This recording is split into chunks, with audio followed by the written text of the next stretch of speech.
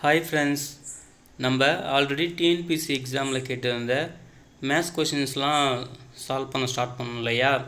அதாவது topic number 1ல் simplification பார்க்க ஸ்டார்ட் பண்ணோம்.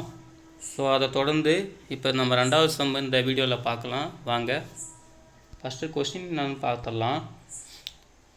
இதுதான் கொஷின்னு.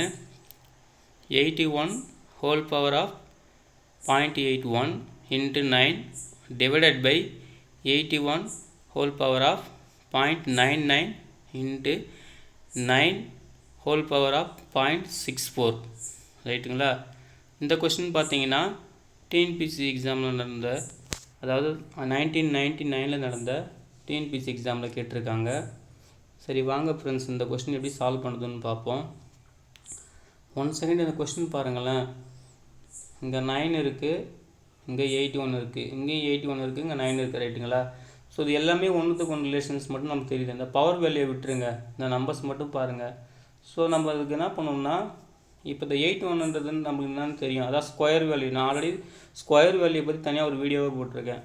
முடிஞ்சளவுக்கு நம்மளால் எந்த ஸ்கொயர் வேல்யூ எந்த அளவுக்கு ஸ்கொயர் வேல்யூ ஞாபகம் வச்சுக்க முடியுமோ அந்த அளவுக்கு நம்ம ஞாபகம் வச்சுக்கிறது ரொம்ப நல்லது.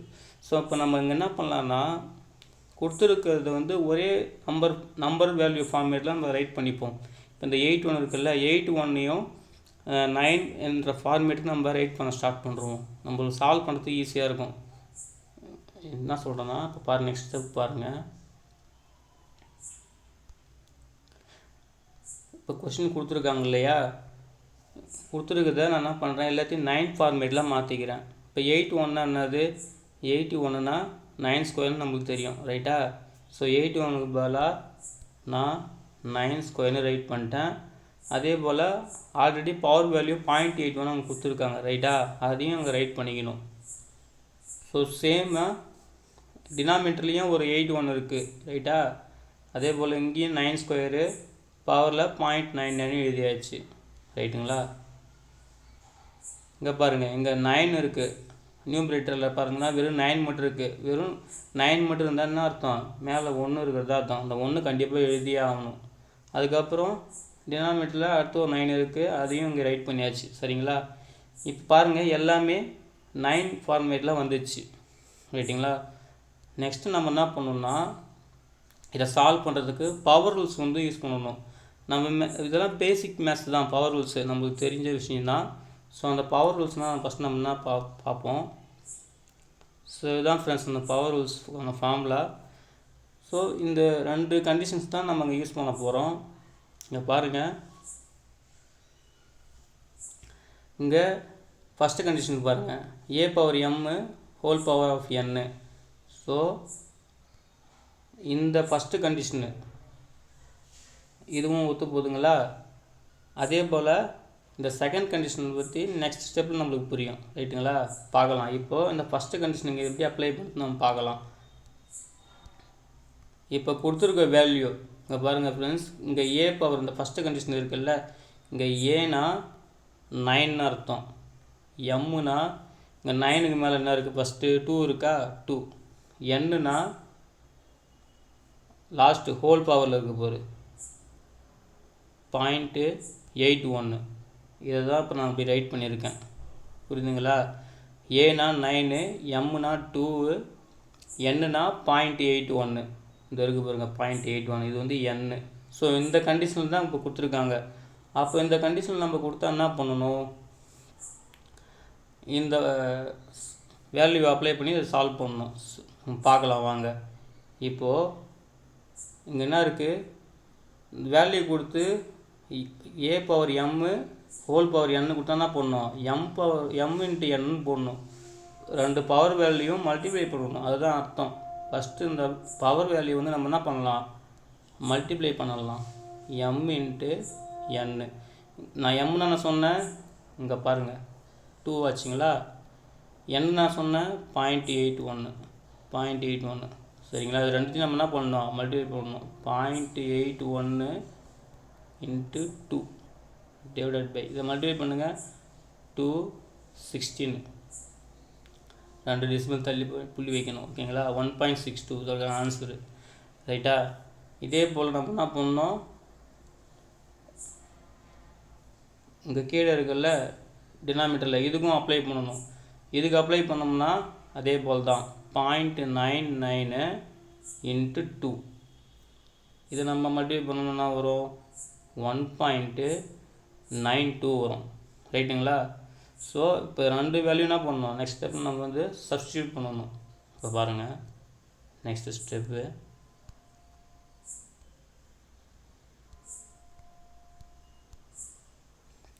சொன்னல ஃபஸ்ட் நம்ம இந்த ஃபஸ்ட்டு கண்டிஷனை யூஸ் பண்ணோம்.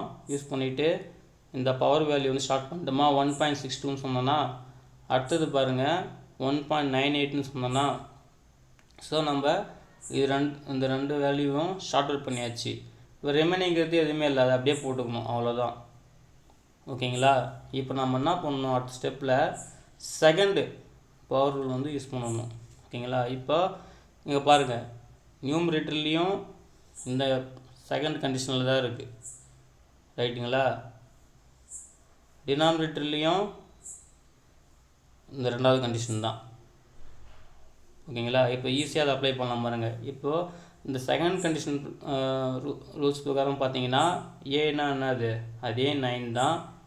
எம்னா என்னது, இப்போ நியூமரேட்டரில் எடுத்துக்கோங்க, ஒரு நிமிஷம். இப்போ நியூமரேட்டர் மட்டும் எடுத்துக்கங்க, இதை மட்டும் கன்சிடர் பண்ணிக்கங்க. ஏன்னா என்னது 9, ஏன்னா எல்லாத்துக்குமே 9 தான், அவ்வளோதான்.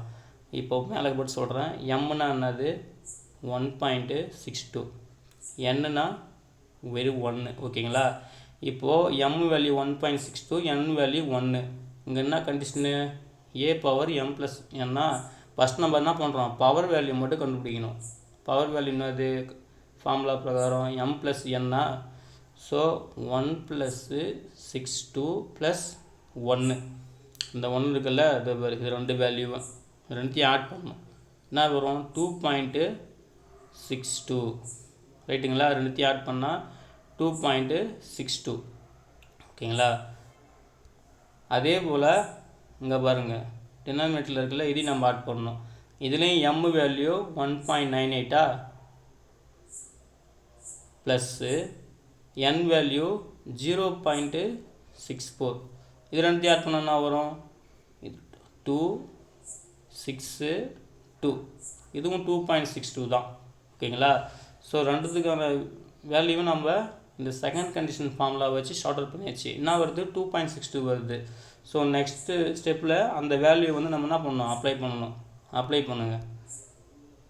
சப்ஸ்டியூட் பண்ணுறதுனா வருது, மேலேயும் 9.262 ரைட்டா, 262. கீழேயும் 9.262 வருது. இதை சால்வ் பண்ணாலும் 9.26 வருது, இதை சால்வ் பண்ணாலும் 9.262 வருது. ரைட்டுங்களா? அப்போன்னா ஃபைனலாக ஸோ ரெண்டு வேல்யூ சேமாக இருக்குது. ரெண்டுத்தையும் நம்ம கேன்சல் பண்ணால் நம்ம என்ன கிடைக்கும், 1 தான் கிடைக்கும். ஆன்சர் வந்து வெறும் 1 தான். ஓகேங்களா ஃப்ரெண்ட்ஸ்? இந்த கொஸ்டினுக்கு இதுதான் ஆன்சரு. அவ்வளோதான் ஃப்ரெண்ட்ஸ். இதை போல் நான் ஆல்ரெடி சொல்லியிருக்கேன், சிம்பிளிஃபிகேஷன் அந்த ப்ராப்ளத்தில் இன்ட்ரொடக்ஷன் சொல்லியிருக்கேன். அந்த மாதிரி பவர் ரூல் பேஸ் பண்ணியும் சம்மு வர வாய்ப்பு இருக்குது அப்படின்னு சொல்லிட்டு. ஸோ நம்ம என்ன பண்ணணும், இந்த பவர் ரூல் வந்து ஞாபகம் வச்சுக்கணும். இதை பேஸ் பண்ணி நம்ம சால்வ் பண்ணோம்னா சம்மு வந்து குயிக்காக சால்வ் பண்ணிடலாம். அதே போல் இன்னொரு விஷயம் என்னென்னா, முடிஞ்சளவுக்கு இந்த மாதிரி பிக் நம்பர் கொடுத்தாங்கன்னா கொஞ்சம் ஸ்மார்ட்டாக திங்க் பண்ணி முடிஞ்சளவுக்கு இந்த மாதிரி ஒரே ஃபார்மேட்டில் மாற்ற முடியுமா அப்படின்னு கொஞ்சம் நம்ம என்ன பண்ணணும், குயிக்காக யோசிக்கணும். யோசித்து சால்வ் பண்ணோம்னா நம்மளுக்கு சீக்கிரமாக சம்மு சால்வ் பண்ணிட்டு போயிட்டே இருக்கலாம். ஓகேங்களா ஃப்ரெண்ட்ஸ்? அவ்வளோதான் ஃப்ரெண்ட்ஸ். இந்த வீடியோ உங்களுக்கு பிடிச்சிருந்தால் லைக் பண்ணுங்கள் ஃப்ரெண்ட்ஸோட ஷேர் பண்ணுங்கள். தேங்க்யூ.